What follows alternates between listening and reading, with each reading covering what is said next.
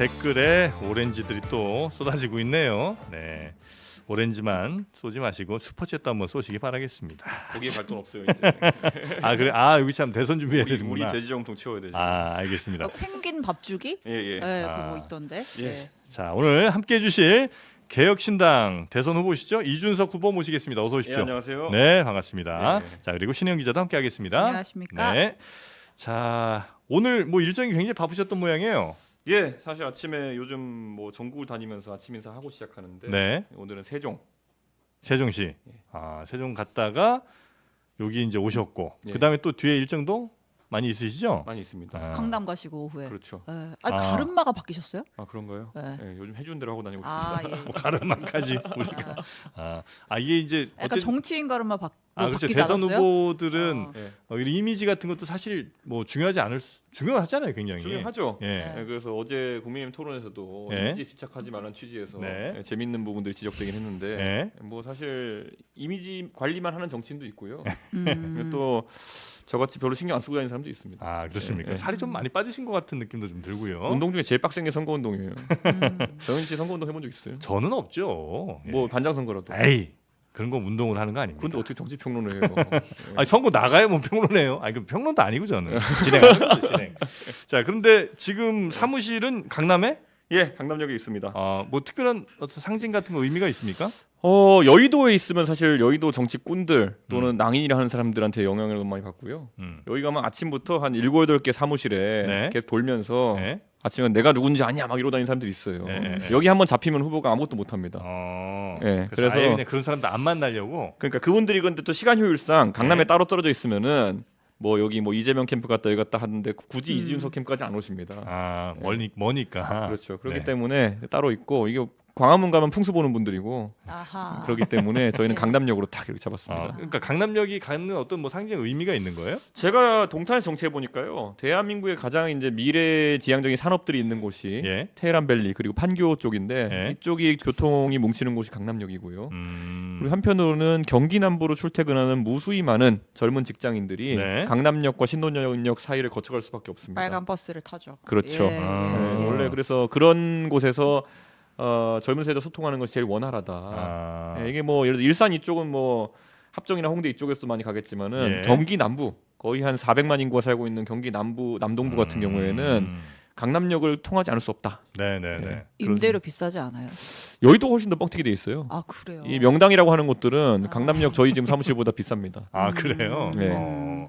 자, 그래서 그렇군. 이제 사무실도 차리고, 그리고 그 사무실에 붙인 뭐라고 합니까? 이게 걸개 그림이라고 하나요? 네. 그거 보니까 이름 없이 네. 6글자 압도적 새로움. 촌스럽게 이름 같은 거 넣을 필요 없습니다. 네. 내 얼굴 내 이름 모르는 사람이 있느냐 뭐 이런 거예요. 그러니까 아직까지 이준석의 이름을 모르신다고 하는 것은 음. 정치 저관여층 중에서도 극 저관여층인데 오히려 이런 현수막을 걸면서 저 네. 사람이 누구야 하면서 더 이제 알게 되지 않을까. 그러게 너무 후드티에 이준석 크게 바꿔 온 거 아니에요? 이거는 근데 선거운동 목장으로 네. 그냥 예비 후보 갈 수 있는 간 최소한 게 전 이렇게 세로로 이준석 안 하잖아요. 좀 네. 다르게 했다. 네 그런 거죠. 근데 이건 뭐 좀 짜투리 질문인데, 이렇게 건물에 창문 많이 가리면서 걸잖아요. 네. 그럼 그 밑에 세입자들한테도 뭐 좀 약간 뭘 해줘요? 그건 건물주가 알아서 하시는 거고. 그냥 건물주가 건물주가 그걸 다 해결할 수 있는 분들이 보통 선거 사무실을 유치합니다. 그래요? 예. 와, 밑에 있는 저 층수 다른 층 사람들이 약간 좀 화날 것 같긴 한데. 2층은 약간 그러니까 뭐 네. 병원 이런 것들이 있는데요. 아. 위에는 또 이제 간판 안 거는 사무실들도 많으시고. 그래요? 아. 예, 그런 겁니다. 알겠습니다. 최근에 행보를 좀 보니까 제가 네. 막 통계를 낸 건 아닌데 네. 이제 그 방에서 일정 공지 해주잖아요. 네. 그러니까 TK 행보를 좀 많이 하시는 것 같더라고요. 그렇죠. 의도가 있는 거예요. 지금 국민의힘이 사실상 이 사태에 대해서 책임이 굉장히 큰데 이게 대구 경북 지역민들 같은 경우에는 아니 밀어줬더니만 망신이나 시키고 말이야 이런 정서가 있는 겁니다. 네. 그런데 이게 정치인들이 잘못한 거지 뭐 대구 경북 시도민들이 잘못했겠습니까? 그래서 그 부분에 대해서 좀 생각을 바꾸시라. 지금까지 이런 개혁 보수나 이런 쪽에 관심이 덜하셨다면은 이제 부끄럽지 않을 만한 보수를 해보이겠다. 이래서 호응이 좋습니다. 네. 내가 진짜 보수다. 뭐 그런 거. 사실 제가 선골이지 나머지 뭐 윤석열, 한동훈 이런 사람은 근본이 없거든요 보수에서. 그러니까 저는 네. 뭐 그런 걸 이제 조금씩 알아가고 계신다 이런 생각입니다. 그러니까 그 TK 지역에 뭐 제 민심은 잘 모르겠습니다만 TK 지역에 그분들이 지향하건 혹은 뭐 좋아하는 선호하는 찍어주는 사람들이 국민의힘이라는 그 당인 거예요? 아니면 보수의 가치를 잘 대구가요 정적이라고 네. 생각하는데요. 네. 또 이런 걸 화끈하게 밀어주다가도 한 번씩 또 그 국민의힘이나 보수 네. 진영이 잘 못하고 있다 생각하면은 확 갈아엎습니다. 예전에 예. 지금 대선 경선 나와 계시는 김문수 예. 후보가 대구의 수성구라는 강남 예. 같은 곳에 나가가지고 김부겸 총리한테 깨지지 않았습니까? 예. 네. 그리고 그 전에 90년대에 보면 자민련이 대구를 휩쓴 적도 있었어요. 아, 그런가요? 예, 그러니까 저는 어. 대구가 전혀 역동성이 없는 그런 동네가 아닌데 네. 정치인 좀 얕잡아 보는 것 같다. 아, 그래서 이번에 이제 대구 경북부터 새로운 바람을 한번 일으켜 보겠다. 이런 전략으로 보면 되겠습니까? 그것 외에는 방법이 없다라는 생각을 합니다. 대구 경북이 앞으로도 만약에 이런 낡은 보수의 노예가 되어가지고 네. 그들의 주장 속에서 사실 정치인들 기고만장하게 만든다면은 음. 큰일 나는 거거든요. 네. 저는 그래서 이 낡은 보수의 주장이 대구를 네. 덮지 않도록 저는 젊은 세대들이 좀 더 치고 나가야 된다 이야기를 대구에서 하고 있습니다. 당연히 당선을 목표로 뛰시는 걸 거고. 네. 그럼 이제 어쨌든 여기서 몇 퍼센트 이상, 여기서 몇 퍼센트 이상 이런 전략들을 이제 내부적으로 수립하셨을 거 아니에요. 그러면 이제 일단은 대구 경북 쪽에서 꽤 높은 지지율을 이제 받으시려고 하는 거고, 그다음에 뭐 호남 지역에서는 어떤 전략으로 또 지금 네, 이 들었습니다. 선거에서는요. 네. 호남 지역에서 국민의힘이 받을 표가 단 한 표도 없습니다. 이준석이 받을 표도 없어요. 아니요, 이준석은 받을 수가 있는데 네. 이준석은 왜냐하면 계엄에 대해 가지고도 네. 잘못된 것을 꾸준히 지적해 왔고 네. 이준석은 5.18이나 여러 호남의 아픔에 대해 가지고 잘못 이야기한 적도 없고 예. 그리고 지금까지 오히려 그 부분에 대해서 진정성을 보여왔다 평가하는 분들이 있고 네. 거기 더해서 호남에 대해서 지난 몇 년 동안에 예. 복합 쇼핑몰 공약을 제시해 가지고 호남의 경쟁 체제와 변화를 가져온 사람은 이준석이다라는 인식을 충분히 가질만 합니다. 그렇기 때문에 이번에 뭐 조국 당에서 후보가 나오는 것도 아니고 이재명의 그런 어떤 헤게모니에 대해서 부정적인 관점을 가지고 계신 분들은 네. 이준석이라는 새로운 보수가 그 공간 속에 자리할 수 있도록 도와주시면 좋겠다라는 이야기를 제가 많이 합니다. 저는 그래서 호남에서는 국민의힘은 경쟁에서 빠져야 될 것이다. 잘한 일이 뭐가 있느냐. 그럼 호남에서는 이재명과 이준석 이렇게 이제 양강으로 가는 거고. 그렇게 나뉘는 것이 가장 건전하고 예. 그리고 호남은 경쟁 체제가 있을 때 가장 발전한다는 것을 보여줬던 것이 과거의 그 복합 쇼핑몰 관련 사례거든요. 네. 저는 충분히 이번에 가능하다. 가능성 있다. 말씀해주신 내용 쉽게 정리하면 지금 이준석이 중점을 두고 이제 소구하는 사람들은 중도와 국민의힘에게 실망한 지지층 이렇게 그렇죠. 보면 되는 것 같네요. 그 제가 맨날 얘기한 동탄 모델이라는 게요. 네. 단순히 삼자 구도를 얘기하는 게 아닙니다. 음. 예를 들어 동탄이 원래 전국 평균보다도 민주당이 15% 가까이 더 나오는 곳이었어요. 거의 20% 가까이. 맞아요. 근데 그들이 이번에 이준석에게 표를 줬던 이유는 그들이 민주당의 정책에 대해서 공감해서 이런 것이라기보다는 그동안 표를 줬던 게 국민의힘이 하는 양태는 도저히 뭐 표를 줄 수가 없는 상태였다는 거예요. 그렇기 때문에 그것을 표로서 심판했던 것인데 근데 민주당이 아니라 다른 대안이 되는 정당이 나왔고 그것이 나의 경제관이나 이런 것과 맞는다. 그게 개혁신당이 이준석이었던 것이죠. 네. 그래서 저는 경기 남부에 제가 계속 이야기하는 건 뭐냐면은 충분히 그런 대안이 존재했을 때 네. 수도권에서의 민주당 헤게모니도 흔들릴 수 있다고 봅니다. 아, 수도권에서 민주당 헤게모니가 흔들릴 수 있으면 그러면 이준석의 공간이 열린다. 그게 동탄 선거입니다. 아, 그 수도권 전체로 확산될 수 있다고 또 보시는 거고. 예, 그렇습니다. 그러니까 제가 TK 행보에 왜 집중하냐라는 걸 물어본 이유는 그래서 이제 결국은 국민의힘 지지층을 설득을 하는 거고 그러면 이제 지금 절대 안 한다고 하시지만 이제 후에 있을 대선이 임박했을 때 있을 뭐 빅텐트라든지 이런 것도 고려를 한 건가 해가지고 전혀 전 고려하지 않고 그건 있고요. 아니고? 저는 조건은 아니고 네. 제가 왜 그것이 될 수 없느냐에 따라서 최근에 굉장히 강하게 얘기를 하거든요. 예예예. 이 사람들이 저를 그러니까 공식 기록에 국민의힘에는 예. 저를 성상납받고 쫓아낸 당대표로 돼 있을 거 아닙니까? 그것도 하나 해결하지 못하는 사람들이 그걸 해결한다고 합친다는 것도 아니에요. 예. 그러니까 그것이 지금 검찰에서 무혐의 난 지가 거의 1년이 다 돼 가는데도 네. 여기 대해서 해결은커녕 이런 방구도 안 하고 있는 사람들이 전부 다잖아요. 근데 지금 갑자기 뭐 목에 차가지고 갑자기 무슨 말을 한다는 믿지도 않을 것이며 그런 상황에서 제가 뭘 하겠느냐 안 한다는 의지를 표명하기 그렇게 얘기하고 있습니다. 근데 그거를 그 이슈를 해결한다라는 건 어떤 거예요? 뭐 사과? 불가능하다니까요. 아, 불가능하다? 사과한다고 해결됐다고 생각할 사람 누가 있겠어요. 그러면은 앞으로 사람 거의 뭐 죽일 듯이 공격해놓고는 네. 미안해 이러면은 해결해 줘야 되나요 그럼 그거를? 국민의힘과 개혁신당의 텐트는 영원히 불가능한 거예요? 아 이준석이 당연하죠. 있는 한? 지금까지 그 무수히 많은 시간을 놔두고 아무것도 안 했는데 해결될 수도 없을 뿐더러 아. 네. 논리적으로 맞지 않아요 그 사람들이 아. 하는 게. 예.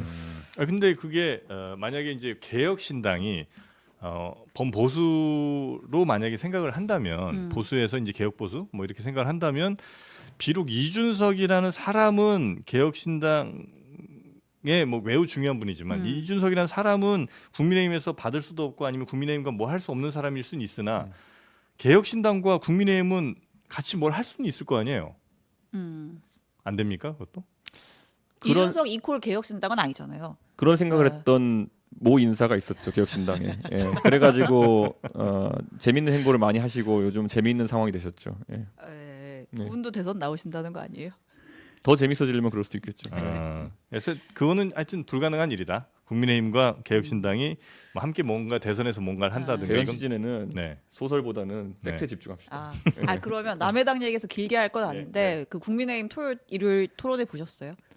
볼 가치가 없어 안 봤는데 네. 그 기사로는 봤거든요. 네. 네. 근데 저걸 진짜 하네? 뭐 이런 느낌. 예. 뭐 총평을 좀 해주신다면.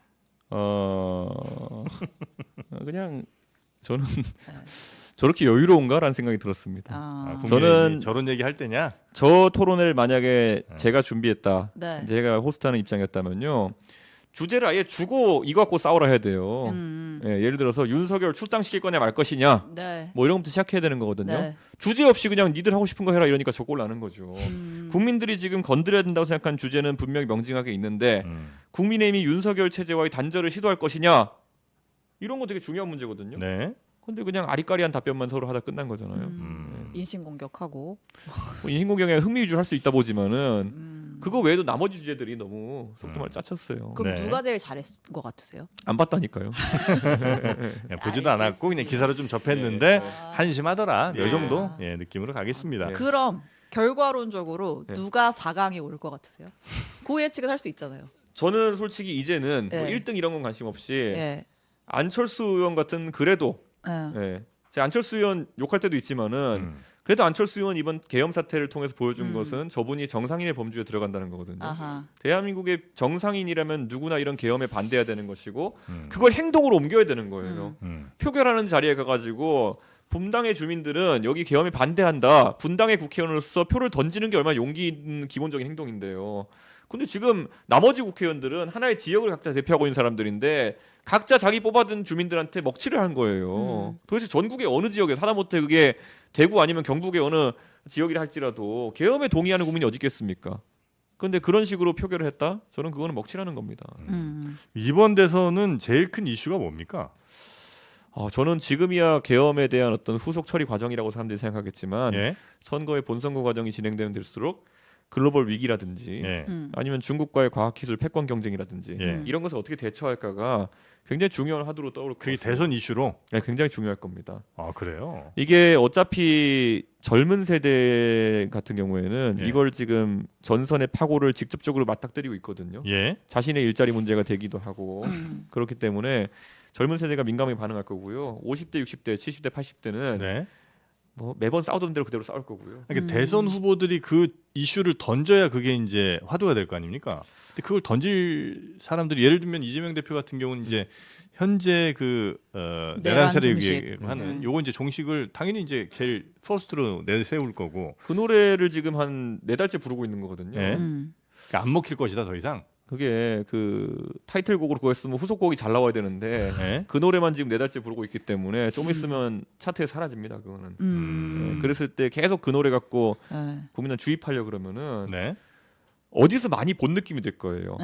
예전에 문재인 대통령이 가장 실수한 건 뭐냐면은 선거 때까지 적폐청산을 들고 나오더니만은 당선돼가지고 윤모 검사와 한모 검사를 동원해가지고 상대 진영 절단내는 걸 정치의 목적으로 삼았거든요. 윤모 검사, 한모 검사. 제가 틀린 말한 거 있습니까? 네. 윤모 검사, 한모 네. 검사가 절단내러 들어갔던 거고 실제로 절단냈거든요. 예. 근데 이번에는 또 누가 윤모 검사, 한모 검사 같이 돼가지고 네. 절단내러 들어갈지 모르겠으나 예. 이재명의 정치가 그런 것을 의미한다는 것을 방증하지 않으려면은 예. 다른 얘기 좀 해야 될 겁니다. 아.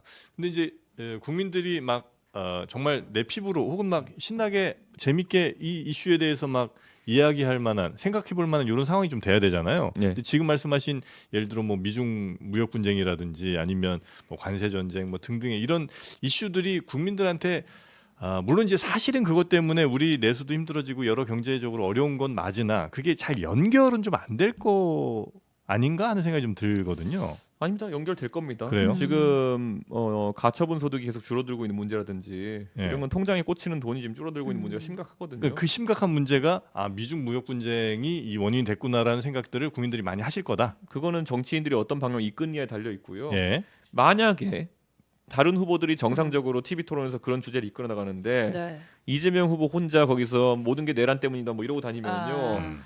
그게 비정상처럼 보일 겁니다. 아. 그렇기 때문에 저는 대선 토론이라는 것은 합산 시청률이 70% 가까이 나오는 그런 방송이고 네. 거기서도 만약에 똑같은 노래 부르고 있으면은 네. 그 가수는 그냥 보내드릴 때가 된 거다. 아. 그렇게 인식할 겁니다. 근데 지금 개혁신당은 경선 토론이 없어가지고 네. 그 이준석 후보의 그 뭐 관세 전쟁 이런 거에 대한 또 의견을 들을 기회가 없잖아요. 경선 토론이 있었다고 봤을까요? 예.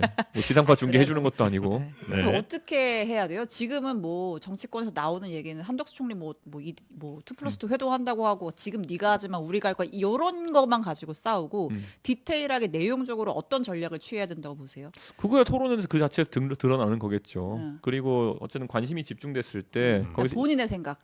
저요? 예. 저 같은 경우에는 관세 전쟁 같은 경우에는 네. 트럼프가 이 상황을 이끌어 나가기 어려울 거다에 베팅을 해야 된다 봅니다. 아. 왜냐하면 기본적으로 자유무역 질서에 반하는 그런 관세 정책 같은 것이 네. 트럼프가 내세우는 것이 지속 가능성이 없거든요. 트럼프를 많이 밀어줬던 소위 러스트벨트나 아니면 레드넥이라 하는 사람들이 오히려 저소득층이나 중산층 이하의 소득 수준을 가진 분들이 많은데 네. 이분들이 오히려 캘리포니아나 뉴욕의 민주당 지지층에 돈이 좀 있는 사람들에 비해 가지고 이걸 감내하기 어려울 거다. 소비를 줄여야 되는 상황이 올 거거든요. 그래서 인플레이션이 많이 돼서.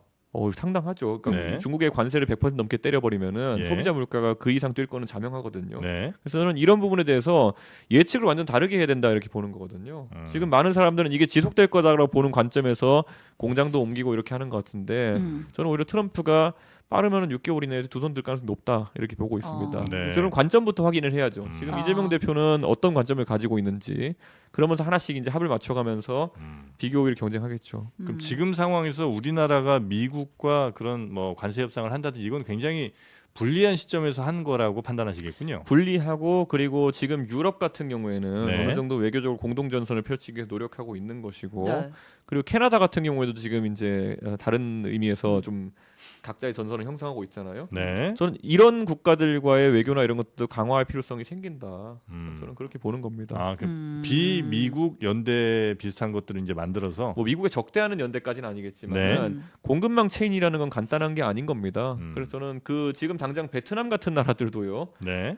우리는 냉정하게 삼성전자가 베트남으로 이제 그런 인건비 문제 때문에 피해서 갔는데 네. 관세 두들겨 맞으면서 우리의 산업 전략 자체를 완전 바꿔야 되는 상황이 됐거든요. 음. 네, 그런데 이런 것들을 비슷한 상황에 놓인 업체들, 국가들과 같이 상의하는 것도 중요하다 봅니다.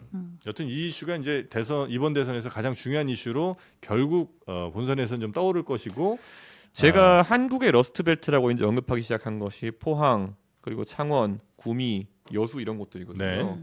대한민국의 이 산업 경쟁력이 지금 떨어져가는 2차 산업 도시들에 대해서 우리도 이제 미국의 러스트벨트가 거기만 있는 게 아니에요. 네네네. 한국에서도 이런 문제가 있고 그러면 이것을 어떻게 다시 살릴 수 있을 것이냐. 첫째로는 노동 정책에 대해 가지고 노동 유연성 확보를 위한 여러 고민이 필요하고요. 두 번째로는 베트남 등으로 갔던 공장들이 돌아오는 것에 대한 리쇼어링 정책을 적극적으로 펼쳐야 되는 거거든요. 네. 근데 이런 것들은 당연히 주요한 문제가 되고 그 러스트벨트의 인구만 해도 창원, 포항, 구미 그다음에 뭐 여수 다 합치면 2,300만 될 겁니다. 이런 게 어떻게 정치 안 중요할 수가 있겠습니까? 그 이번 선거에 가장 중요한 이슈가 될 거다. 그러면 정책 얘기로 넘어간 김에 뭐 빅텐트 안 한다고 하니까 뭐 네. 여론조사 얘기 있다 하고 네. 그 이제 노동 유연성 얘기하셨잖아요. 최근에 이제 화두가 노인 연령 상향하는 거랑 정년 연장하는 네. 게 또 화두잖아요. 거기에 대한 생각은 어떠세요? 정년 연장 같은 경우에는 네. 지금 상황에서 예를 들어 사회적 타협이 필요한 거겠죠. 정년 연장을 받아들이는 대신에 전체적인 국민연금 수급 연령을 상향시킨다든지 예를 들어 70대부터 받게 한다든지 그러면 젊은 세대가 충분히 받아들일 수 있죠. 네. 어떤 의미냐면은 어르신들이 연금을 늦게 받는 대신 더 일하겠다고 하신다. 땡큐 뭐 이런 거죠. 이 정도의 사회적 타협안이 나온다 그러면은 저는 충분히 검토해 볼 수 있는 이슈다 이렇게 생각하는데 그거 없이 정년 연장만 간다? 글쎄요. 그랬을 때는 저는 젊은 세대의 반발이 장난 아닐 거다 이렇게 생각하고 일자리 숫자가 줄어드니까. 그렇죠. 그래서 정년 예. 연장에 대해서 우리가 임금 피크제 같은 것도 이제 시행을 하고 있는데 네. 어느 정도 수준의 임금 피크제를 받아들일까도 항상 문제거든요. 사실 현장에서 잘 안 되고 있는 측면이 당연하죠. 있잖아요. 예를 들어서 여기 JTBC 중앙일보만 비교한다 하더라도요. 내가 한창 잘 나갈 때 받았던 연봉의 절반 이하로 받으면서까지 내가 임금 피크제를 받아들일 수 있고 정년 연장하기 바라느냐? 저는 그런 건 가능하다 봐요. 특히 언론사 같은 경우에는. 진짜요? 아니 예를 들어서 지금 네. 그 주요 언론사에 주필 지내시고 나중에 고문하시고 이런 분들 보면요. 한 달에 한 편 쓰시는 분도 있어요. 예. 근데 그분들은 과거에 비해서 노동 강도는 10분의 1로 줄었지만은 받으신 돈 같은 경우 물론 이제 언론사의 선택이지만은 네. 그때 받던 만큼 받는 분도 있거든요. 근데 아예 이런 것이 제도화돼 가지고 뭐 한 달에 한 편 쓰시면서 일정한 생활비 정도만 가져간 형태로 임금 피크제가 시행될 수 있다. 그러면 오히려 저는 긍정적으로 받아들일 요소가 많을 것 같거든요. 그러니까 저는 이거는 사회적 타협이 어느 정도까지 가느냐의 문제고 저 이준석이 대통령 되면은 지금의 사회적 타협 수준보다는 조금 더 젊은 세대가 받아들일 만한 안들을 네. 제시하게 될 것이다. 이렇게 말씀드립니다. 대신 정년 연장을 만약에 하게 되면 뭐 연금을 받는 나이를 더 뒤로 미룬다든지 하는 조건들은 좀 붙어야 된다. 당연하죠. 이렇게 그 정년만 일방적으로 늘리는 방식으로 하면은 누가 좋아하겠습니까? 근데 예를 들어 이제 노인 세대 분들, 그러니까 내가 60세 뭐 넘는 분들께서는 정년 연장까지는 좋은데 거기 임금 막 팍 깎는 것까지 오케이, 거기까지 오케이인데 거기에 연금까지 늦게 받는다고 하면 조금 반발을 많이 하긴 누구나 뭐 반발은 하시겠습니다만. 그건 그러니까 이제 이게 저는 그래서 대한민국에 갈라치기니 허모니 하는 말을 들이댔던 사람들이 굉장히 대한민국 정치를 퇴보시켰다 이런 생각이 드는 게 보세요. 이런 연금 정책이나 아니면 노인 일자리 관련 정책 건드릴 때 네. 이거 어떻게 건드려야지 갈라치기 소리가 안 나오는 겁니까? 그러니까 저는 뭐 당연히 정치를 하다 보면은 어느 세대에게 부담이 가중될 때도 있고 어느 세대에게 혜택이 돌아갈 수도 있고 이런 모두에게 네. 좋은 얘기하면 갈라치기 아니란 얘기는 듣겠죠. 그건 그죠? 정신 나가는 파퓰리스트들이 하는 얘기인데 그렇죠. 그거는 네. 이제 그 뭐 더 주겠다만 하는 사람도 있잖아요. 이재명 네. 대표가 이런 사람들이 하는 거고 조정하고 타협점을 찾자고 하는 정책이 있어가지고는 네. 매번 갈라치기라는 반동적 언어로 그걸 못하게 하니까 이 지경까지 온 겁니다. 네. 그거 어떻게 극복해요, 근데? 보나마나 이제 이런 얘기를 하면 또 다른 후보들은 저 또 세대 갈라치기 한다, 뭐 이런 얘기를 할 거 아닙니까? 그 이제 나가지고 이제 목에 찰 정도가 되면은 네. 더 급진적인 개혁을 선호하는 상황이 생길 수가 있어요. 네. 프랑스 보세요. 프랑스에서 마크롱 당선될 때 어땠습니까? 더 이상 그런 좌우 인기 영합주의에 감당할 수 없겠다는 생각이 든 사람들이 그래 그러면 뭐 대통령부터 의회까지 싹 갈아엎자 해가지고 악마르슈에 동참했던 거 아닙니까? 네. 저는 지금 대한민국이 사실 이런 갈라치기니 아니면 혐오니 이러면서 새로운 아이디어를 막아세우는 것은 기득권이 빨간색이든 파란색이든 대동단결이다. 전장현 이슈제가 오늘 마침 전장현이 또 4호선에서 또 시기 시작했다 그래가지고 네. 상기시키자면요. 전장현 얘기했을 때요. 민주당이랑 진보 세력에서는 저한테 무슨 장애인 혐오니 이런 소리 했고요. 그 당시에 국민의힘 같은 경우는 아싸 이준석 몰아낼 기회다 그래가지고 가가지고 전장현에 막 무릎 꿇고 이랬어요. 네. 저는 그러니까 이 둘 다 제정신이 아니거든요. 네. 지금 지금 3년 지나가지고 네. 전장현의 행태에 동의한 사람이 어디 있습니까? 그러니까 3년 전에 각자 당파적 이기심 때문에 전장현을 저만한 덩어리로 키워놓은 거예요.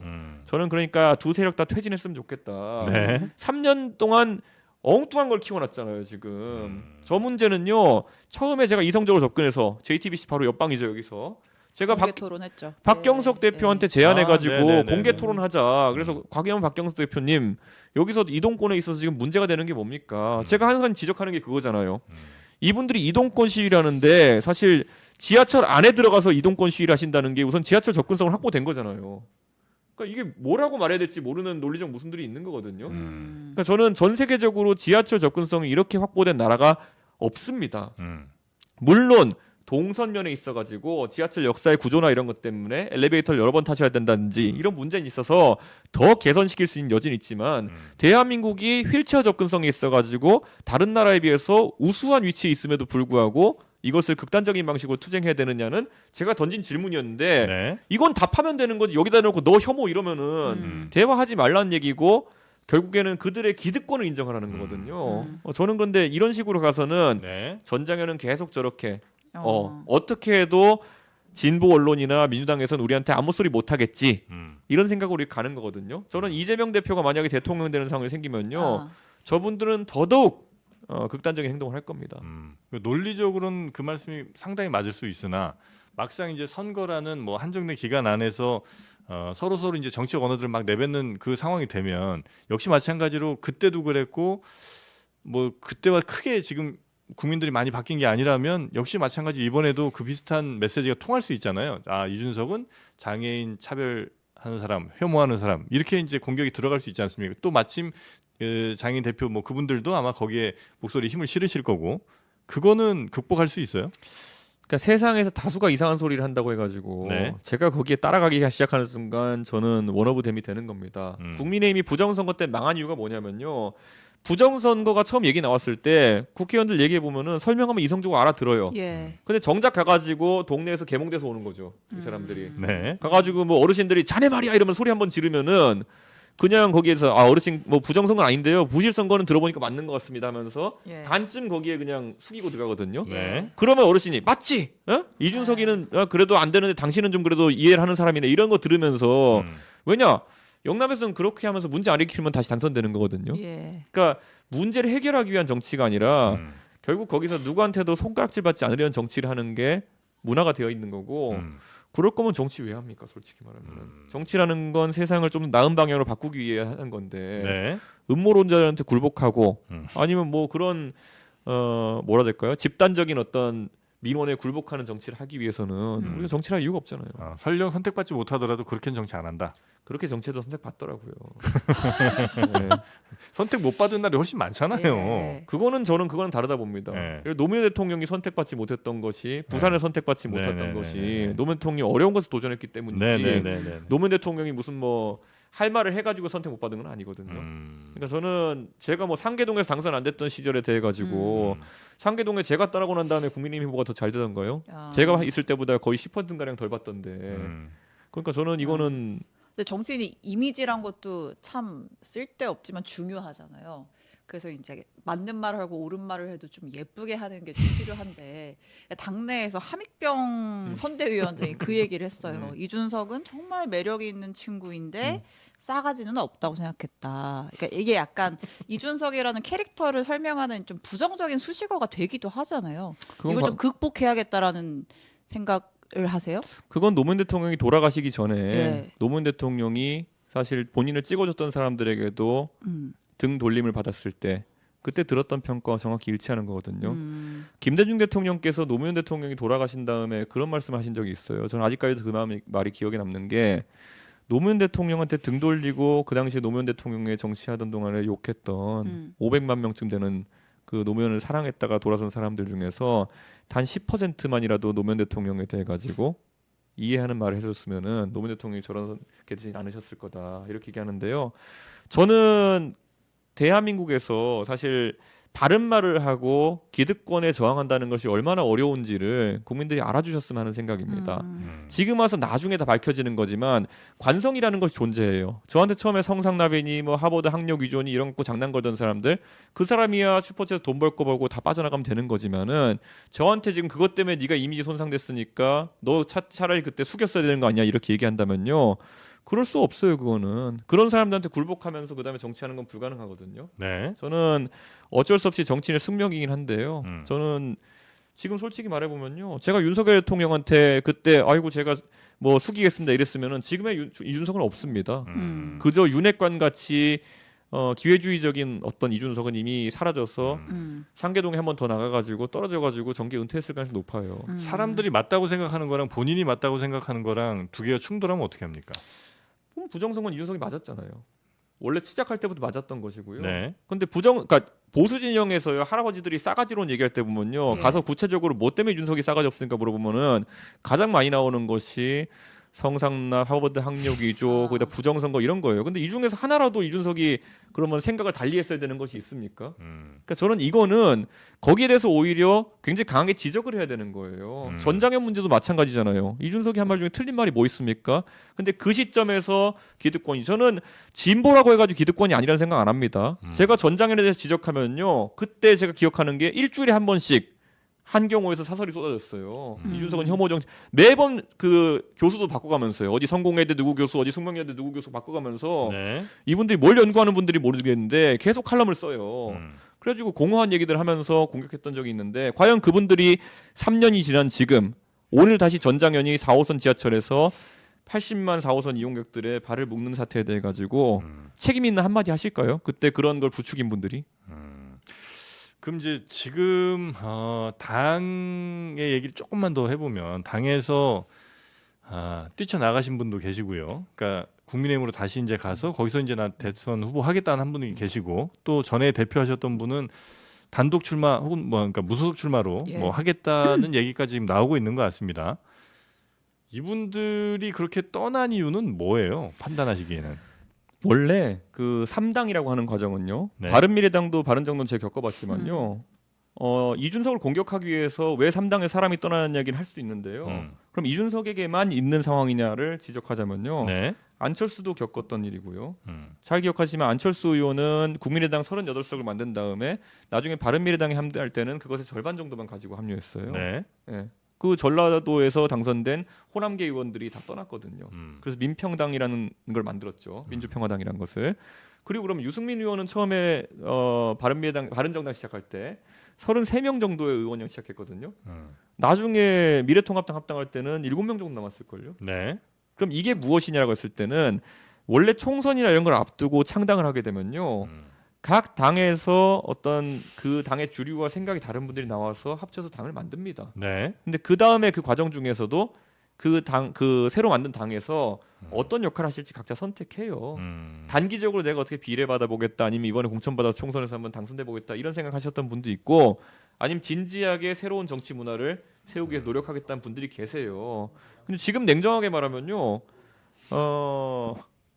제가 개인의 그런 어떤 과거를 다 얘기하고 싶지는 않지만은 네. 단기전을 승부 보시려고 하셨던 분들이 많이 개혁신당을 떠나신 겁니다. 네, 그분들에 대한 구체적인 어떤 사정이 있었는지는 네네네네. 그분을 존중해서 얘기 안 하지만은 그러니까 새로운 정치에 대한 어떤 가치를 내가 여기 한번 이준석과 뭘 해보겠다 이건 아니었고. 자, 그걸 제가 방증하는 게 뭐냐면요. 네.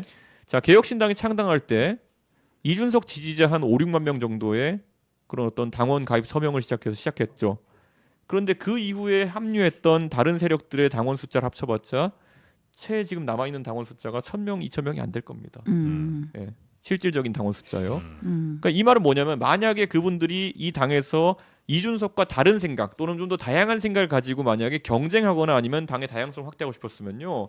이 당에서 당원을 확대하기 위한 노력이라든지 아니면 이 당의 주장을 더 보태기 위한 노력이라든지 이런 것들을 하셨어야 돼요. 네. 그럼 지금까지 와가지고 혹시 언론에서 기억하는 그런 노력이 있나요? 근데 아니거든요. 어쨌든 당시에 이준석 후보도 이들과 윈윈 하려고 함께 했던 거잖아요. 손을 양쪽에서 잡은 건데. 그분들의 미래까지 제가 예측할 수는 없는 거죠. 네. 그분들도 이 당에 합류하면서 네. 본인들이 내세우는 가치들이 있었고요. 네. 근데 그 가치를 이 당에서 진흥하기 위해서 지난 1년 동안 노력하신 분이 있다면은 네. 언론에서 평가를 할 텐데 네. 지금까지 보면은 그냥 나를 인정해라. 나를 인정해라 이거거든요. 근데 네. 그거는 어떻게 인정해야 될지 명확하지 않은 거거든요.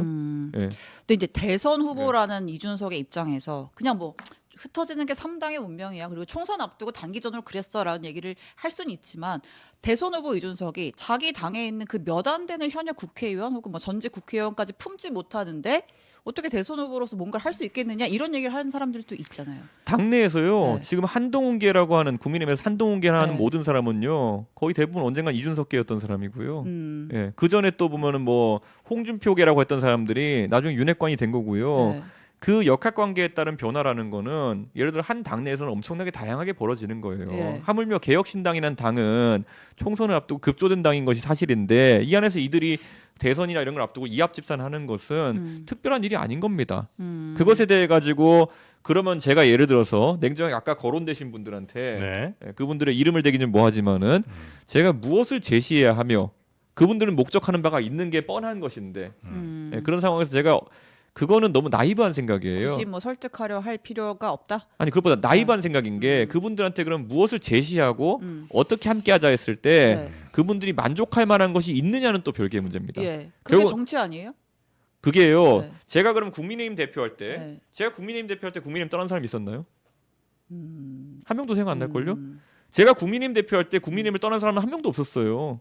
탈당한 사람이 없었나요? 예. 당연히 없죠. 그러니까 그거는 자꾸 우리가 이렇게 보면 돼요. 지금 여기서 언론사도 마찬가지입니다.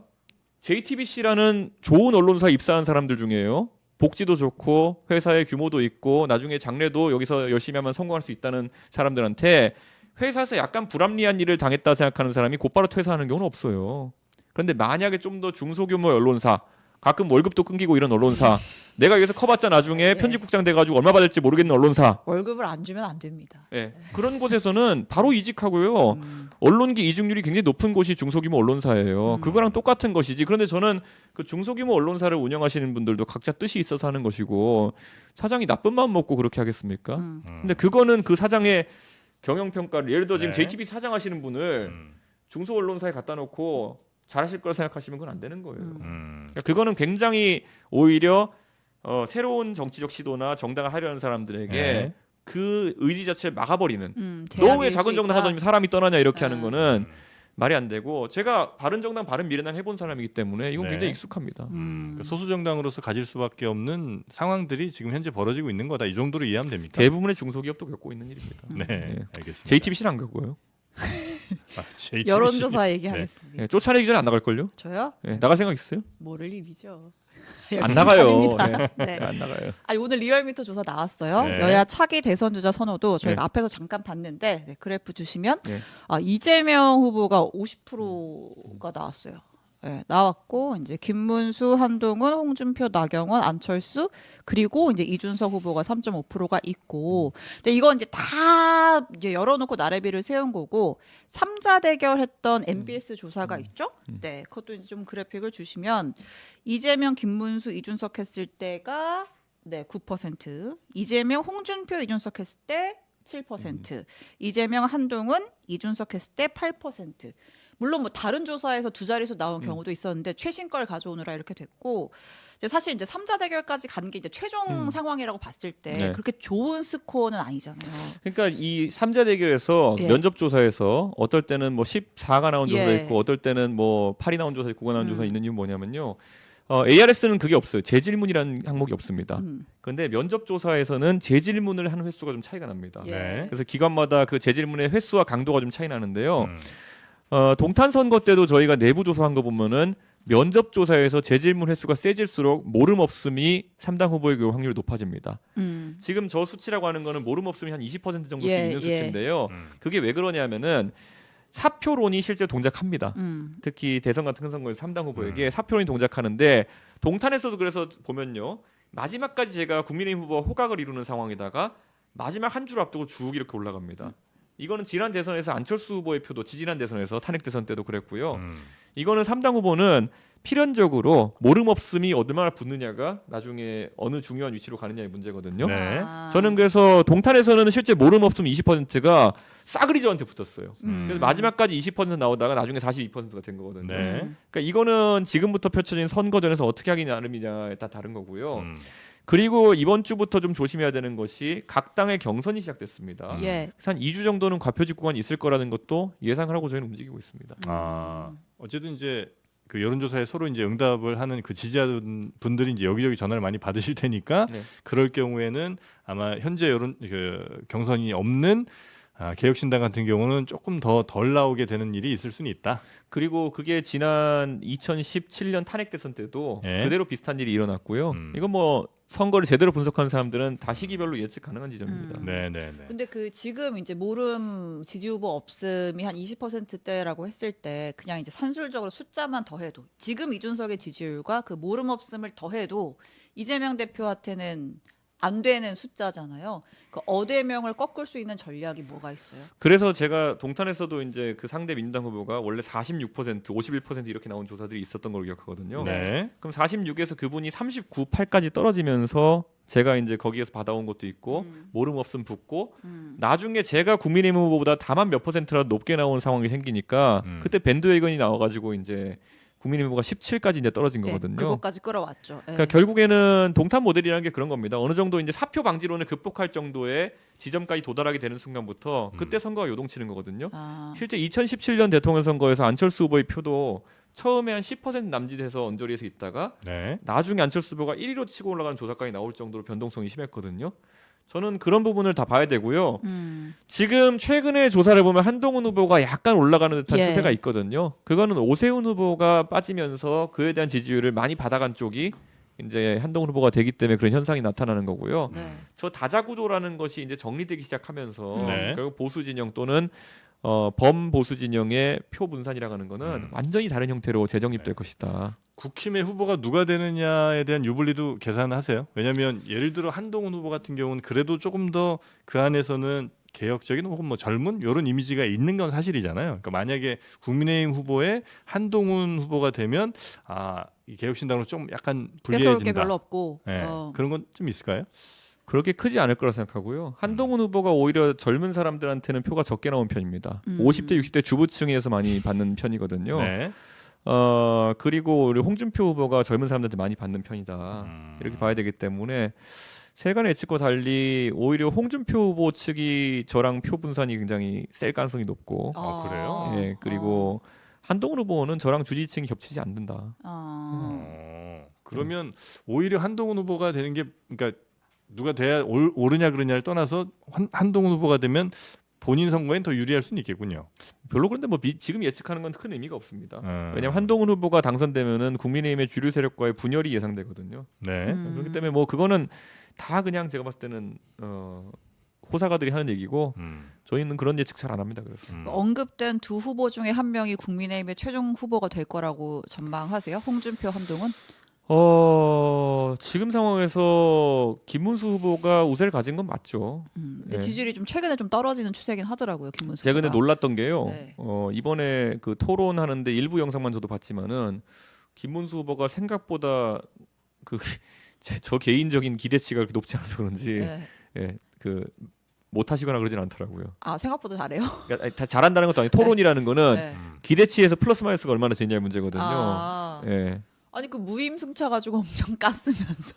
그거는 정책이 완전 잘못된 얘기를 하고 계시니까 그런 거고요. 다만 토론할 때 제가 기대했던 예상치는 완전히 이제 뭐 용어에 대한 이해를 못 하신다든지 뭐 이런 쪽으로 가가지고 아니면 완전 또 저쪽으로 트렌디한 것을 가 못 맞춰가신다 이럴 줄 알았는데 그 정도는 아니었더라. 그 상황이 아니었던 걸 봐서 이제 어쩌면 수성전이 가능할지도 모르겠다 그런 생각을 합니다. 이거는 전략 아니에요? 어? 홍준표, 한동훈보다는 김문수가 낫다라고 생각해서 하는 전략 아니에요? 그런 거는 제가 전략이라고 하기에는 김문수 후보의 다른 측면도 있기 때문에 저희는 그렇게 보지 않습니다. 알겠습니다. 자, 그리고 이제 댓글에서 저 명태균 얘기가 좀 많이 나오긴 하는데 네. 관련 질문을 드려도 괜찮을까요?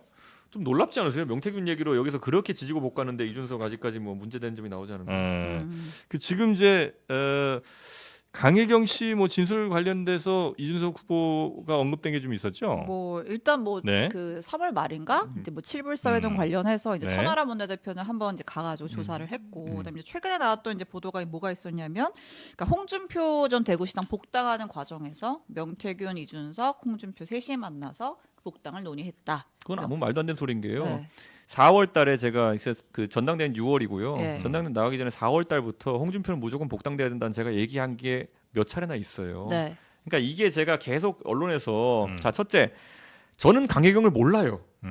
강혜경 씨는 저랑 얘기해 본 적도 없고요. 저는 모르는 사람이에요. 네. 그러니까 강혜경 씨가 하는 모든 말은 창원에서 자기들이 밥 먹다가 그냥 뭐 이렇게 그냥 식사 자리 썰 같은 거 푸는 거 과정 속에서 서로 과장된 얘기하고 뭐 내가 쟤 다 만들었어. 내가 뭐 쟤 뭐 어떻게 해. 이렇게 하는 얘기들 속에서 나온 것들을 그냥 믿고 어디다가 제보하고 있는 거고요. 그러니까 강혜경 씨랑은 통화나 문자 하신 적이 없고. 없어요. 몰라요. 네, 누군지도. 네. 강혜경 네. 씨가 서울 올라온 적이라도 있나요? 없을걸요. 네. 그분은 창원에 있고 서울에 있는데 저는 어떻게 알겠어요. 네.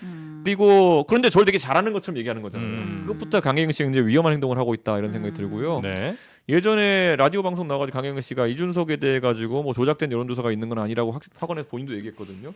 잘못 얘기하면 문제될 거 아니까 그렇겠죠. 그럼 어디가 문제인지를 얘기해야 되는 거거든요.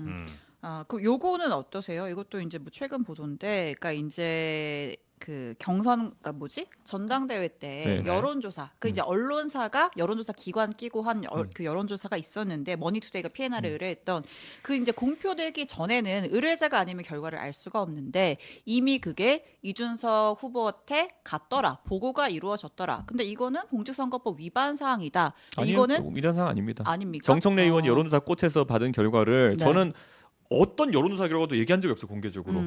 예, 전 얘기한 적이 없어요. 얘기하는 게 말고 이제 받아보는 것도 문제가 유출이 될 수 있는 거잖아요. 저는 JTBC에서 4차례 네. 받아봤습니다. 공표되기 전에 제가 다 확인도 해봤어요. 제 카톡을. 저희 회사에서 하는 거를 받아보셨다고 예, 공표하기 공표되기 전에. 물론 조사가 끝난 뒤지만은 예. 뭐 언론 보도가 되기 전에 한 3시간 전이었는지 받아본 게 4차례가 있습니다. 법적으로 문제가 되는 사안이 아니다. 뭐 JTBC에서 문제 없다 생각했으니까 전 준 거 아닐까요? 하여튼 저는 안 줘서 모르겠는데. 예. 비공표 제가 MBC에서도 두 차례 받았다고 제가 얘기한 적이 있고요. 예. 제가 언론사별로 저한테 그거 지적하는 분들 있으면 다 얘기해 드리려고 합니다 지금. 그래서 그거는 공표되기 전에 받아봤더라도 법적으로 문제될 건 없는 것이다. 어떤 문제가 있는지 조항을 들고 왔으면 좋겠거든요. 음. 그러니까 지금 아무도 그 조항을 들고 오지 못하고 있어요. 네. 예, 그러니까 이게 지금 여론조사 공표나 이런 것에 대중의 이해가 좀 박한 부분에 대해 가지고 그냥 뭐가 문제될 것이다 막 이렇게 그냥 하는데 여론조사를 미리 바라보는 게 왜 문제냐? 그러면 자 정청래 의원 지금 검색하시면 나올 겁니다. 정청래 의원이 여론조사 꽃에서 나온 내용 바탕으로 해가지고 네. 발언하셨다가 문제된 적이 있어요. 근데 그분은 애초에 여론조사 내용을 얘기하신 거고요. 네. 저는 얘기한 적이 없어요. 그걸 이제 비공표, 그러니까 공표되기 전인데 얘기하는 거는 이제 법적 문제가 될 수도 있는데 예. 그냥 받아보는 것 자체로는 법적 문제가 안 된다. 어떤 조항도 없습니다. 네. 그래서. 예. 알겠습니다.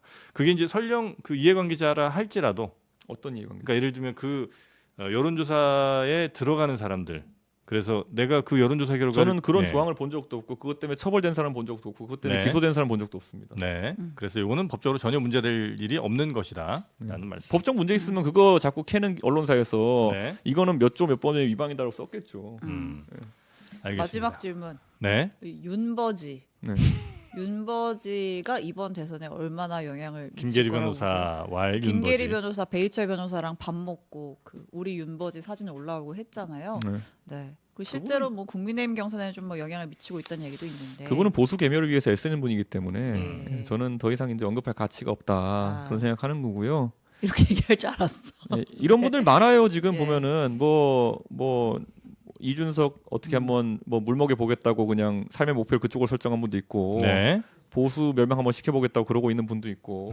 근데 그게 뭐 나중에 되짚어 보면 생산적인 활동일지는 각자 후회할 날이 있을 겁니다. 네. 그래서 이번 뭐 대선에 전혀 영향 없다. 예. 알겠습니다.